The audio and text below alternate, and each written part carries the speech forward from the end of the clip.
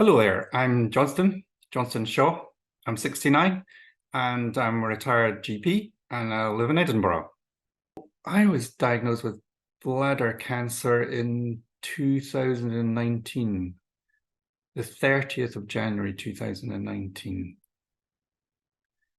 And I had my treatment, eventually my bladder surgery to remove my bladder in May 2019, so before the big pandemic, although a lot of my recovery was during that as well. So that's 5 years ago. And I was still peeing vast quantities of blood when I went home, and my wife knew that something was up, but I was terrified to tell her because I didn't want to say to her at that point that I thought that's what was going on and that's what was going to transpire, that I had bladder cancer.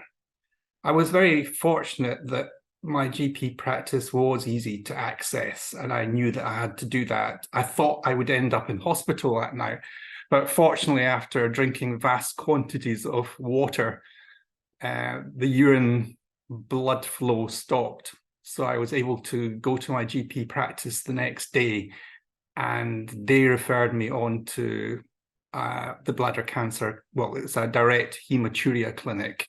And I was seen quickly within about 2 weeks. And my experience was not good. Not because the doctor was bad at what they were doing. They just felt uncomfortable at talking about cancer, I suspect. So that initial communication with me was not good. Subsequently, I've not had any problems. What I would say is that through the forum and in support groups, I've come across lots of patients who I've sympathized with, who have perhaps maybe had difficulty in getting listened to maybe, or their symptoms recognized soon enough that they've maybe had a potential cancer. And I think part of what I'd like now as a patient rather than a doctor, what I like from my clinician is for them to take time, and I know that's difficult these days with the health service, but they need to listen to you, and you as a patient need to make sure you know what you want them to hear, because sometimes when you're emotional or worried about your health or a symptom, what you actually tell your doctor or your nurse may not come out the way that it needs to. So maybe you've got to write it down so that you know what you're going to talk to them about. And then the doctor or the nurse needs to listen to that. What would be my advice if I live my life over again, or to somebody else just receiving the diagnosis of bladder cancer? Well, don't panic, because you will panic. And the emotions that went through my mind were, I'm going to die. And I'm 5 years on and I'm not dead. And I'm living a completely normal life. But how did I get to that point? Well, I don't think you can really, to be honest, do it yourself. I did it with the help of others. I was fortunate enough to be part of a group of guys who had cystectomies as well.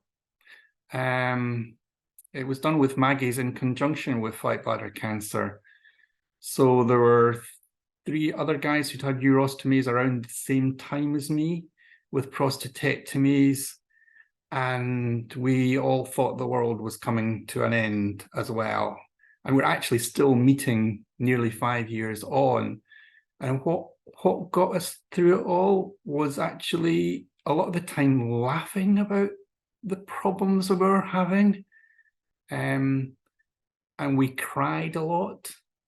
We shared our emotions, because men are not good at doing that.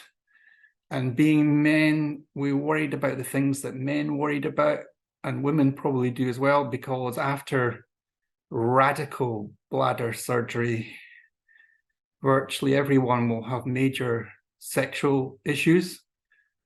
Men, erectile dysfunction. Women will have problems with vaginal scarring and stenosis. And these are things that there are taboos you just don't talk about.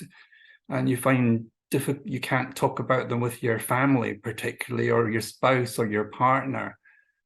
But in a group of like-minded people, you can begin to get round the issue and know that there is help out there. There are experts who can advise you.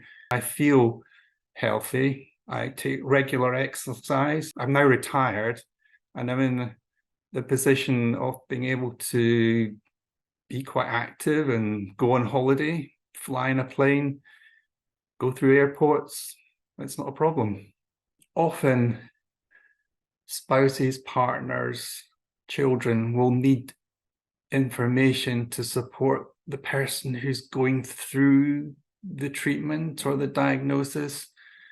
And there is help out there for them. And you can get help through Fight Bladder Cancer as a carer.